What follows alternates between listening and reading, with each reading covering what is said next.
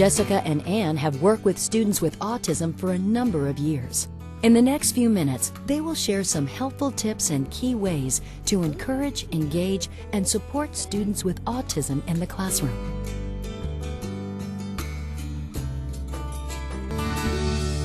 No two students are the same at all with autism. Some students will have no communication, and other students will be able to hold sentences, write paragraphs, type, read everything that you put in front of them.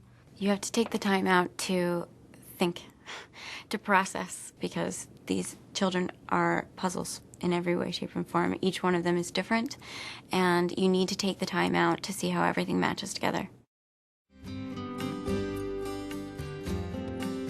To get to know the students, really, I personally wait them out and watch them, observe them in their environment.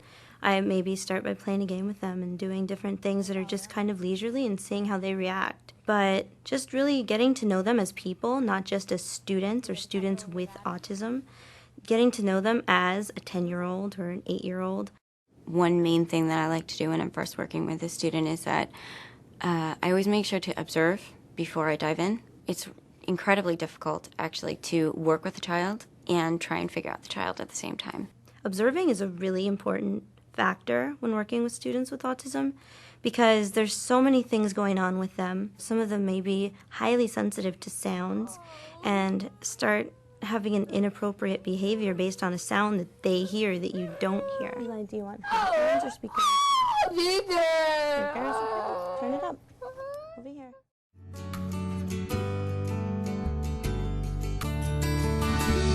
Seeing the world as they see it is a huge help to really being able to teach them, because then you know what it is that they're experiencing at the moment. And sometimes you can't understand exactly what it is that they're seeing or hearing or doing, but trying it and trying to understand them is really very helpful.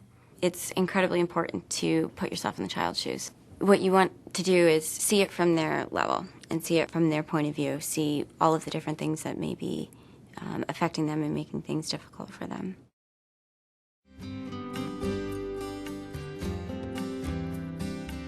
Instead of saying don't sit on the floor, you want to say sit in your chair. You want to tell them exactly what it is that you want them to do and not to do what they're currently doing. You want to make it clear to them exactly what it is that you are hoping to see from them.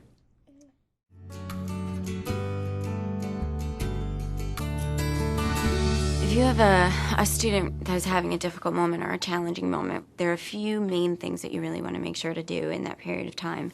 One of them is knowing when to shut up, basically, because you will very likely make the situation worse if you just add a lot of noise and a lot of different demands. They don't want to hear you at that moment, and you're not listening to what they're saying about what it is that they're angry about.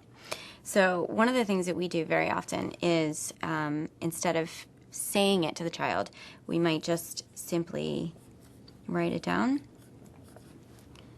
and then we just show it to them. And we'll say, don't say anything. You know that they heard you. It's very effective to simply move them outside of the situation. And you can have a much more effective conversation when you don't have lots of other eyes looking at you. Stepping in a least intrusive way really gives the student the most say, the most power over the situation. You have to know that the student, in the long run, when the student is not 11 but 20 or 30, is going to need to be independent. They need to be able to express themselves in an appropriate way. This is $5. Can I have $5? 1, 2,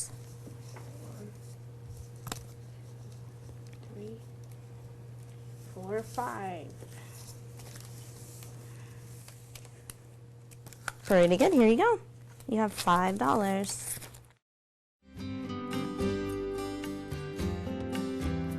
You want to make sure that you give them a significant amount of praise for all of the appropriate behaviors, and you praise for things that for other students you may never think to praise for them sitting in their chair. But for a child with autism, chances are they are consciously making an effort to sit in their chair that entire time. And it's important to recognize that. It's important to celebrate that victory. Good job. Way to find it. High five. Excellent work. All right.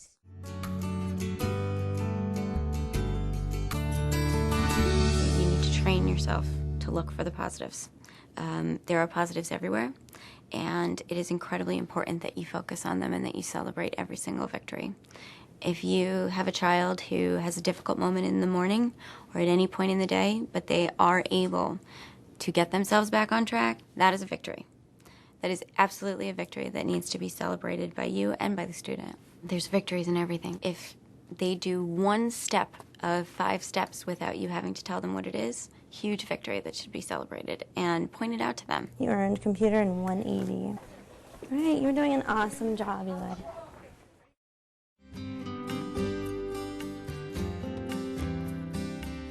Making sure that you have a positive outlook on everything is incredibly important. A negative tone of voice will never help anything. If you smile and you say your direction with a smile or just in a really calm manner, then the reaction back to you generally is a lot more positive.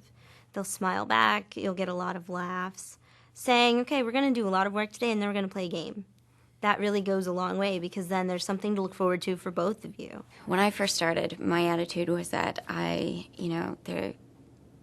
had the endurance to, go the whole day without ever having to take a break, and, I can help this child with everything, and that didn't last very long because it's not true.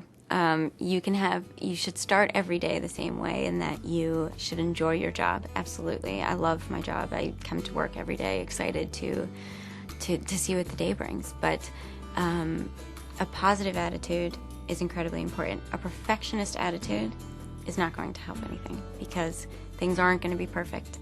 But I think that's what makes this job so fantastic and so different from anything else. Teaching students with autism gives me a greater sense of what I'm capable of and of what I can give them to make them more capable of doing things. Rail the queen. Good job.